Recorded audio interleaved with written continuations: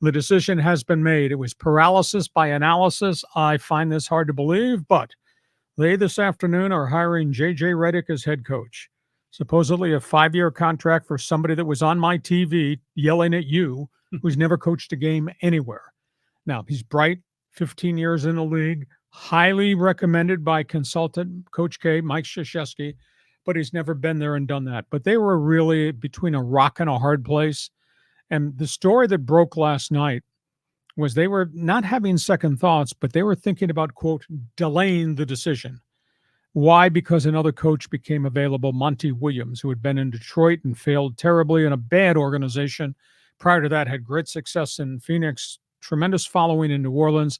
He got blown out of Detroit, and all of a sudden, his name surfaced as maybe we should interview him. But the Lakers elected not to do it, and they've hired JJ Redick. Now, in Laker history, they have hired guys who've never coached before. I mean, the greatest one of all was Pat Riley. So they've done this before, but they hired JJ Redick. And now the burning question, what happens next with LeBron James? Does he stay? Does he opt out? Does he force the Lakers to give him a 3-year, $150 million extension? Do they draft Bronny James? Does he get lured somewhere else because maybe he can't win here? So a lot more dominoes have to fall, but the Lakers get JJ Redick. And this Monty Williams thing is just ridiculous. Detroit's ownership is in shambles. I don't know how they have any fans left at all. Detroit, which has really had bad basketball, they went 14-68 last year. Had all these number one draft picks the last group of years, and they were hurt, didn't play well, some washed out. Monty Williams gets hired on a 5-year contract, and he gets fired after 1 year. They owe him, it's amazing, $65 million the Detroit ownership owes Monty Williams. And I just found out this morning he's got deferred compensation still coming from the Suns worth another $20 million. That's $85 million in contracts that teams owe him for blowing him out. And the owners are the ones that created the mess. New owner in Phoenix treated him shabbily. Mm-hmm. And obviously ownership in Detroit has no idea what the hell they're doing. I figured this out last night. Detroit's composite record in the last 5 years, 94 wins, 290 losses. Wow. 94-290 in Detroit. That's just a disaster. So, NBA fans, Laker line is open. What do you think about this situation with them hiring JJ Redick? Like it or dislike it? By the way, when you buy things on a credit card, ask the wife, the bill does come due. You do have to pay the bill somewhere down the road. NBA has just sent out the luxury tax bills to all the teams for free agency. There's one common thread here I want you to tell me about. Golden State, $177 million they owe in luxury tax payments for all their big money free agents. Holy crap. Yeah, Curry, Klay Thompson, Draymond Green, etc.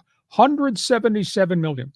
Clippers, by virtue of their big three, $142 million tax bill to Steve Ballmer. Phoenix Suns with the new owner, and they formed the team, $68 million luxury tax bill. Milwaukee Bucks with Giannis and Chris Middleton, and then the deal they made to get Damian Lillard. They owe a tax bill this season of $52 million, and Boston $42 million. So those are the top tax bills that are due. There's a common thread through all those teams except the last one. What's the common thread? None of them win. Damn right. So, I mean, that's amazing. I mean, Golden State, $177 million tax bill for a bunch of guys now that are no longer in their prime. And the Clippers, monster tax bill, $142 million for a team that's got a lot of injury issues and personality issues and might not have that team back next season. Isn't that fascinating just to go over the luxury tax limit that much? That's insane. I mean, that's more than Steve Cohen is paying for the Mets, isn't it? I mean, that's just a lot of money. And it just goes to show you that what the Clippers are trying to do isn't working, so they've got to rethink the whole thing. I want to go back to Detroit and, because I was encouraged by Malachi Flynn when he went there. He had a big night one night. I think he scored like 40 or 50 points in a game. It makes you wonder what's going on there. They had that Cunningham kid. They have a lot of talent.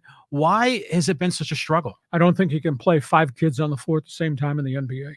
And Cade Cunningham got hurt this past year and missed a large chunk. He had a very good rookie season, a very bad set of circumstances.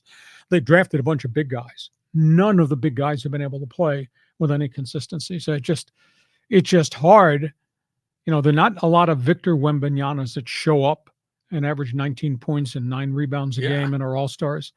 And Detroit's had high picks in the lottery, and just outside of Cade Cunningham, none of them have really worked out well, and some of them have been injured. But, God, that record, 94 wins and 290 losses. My God.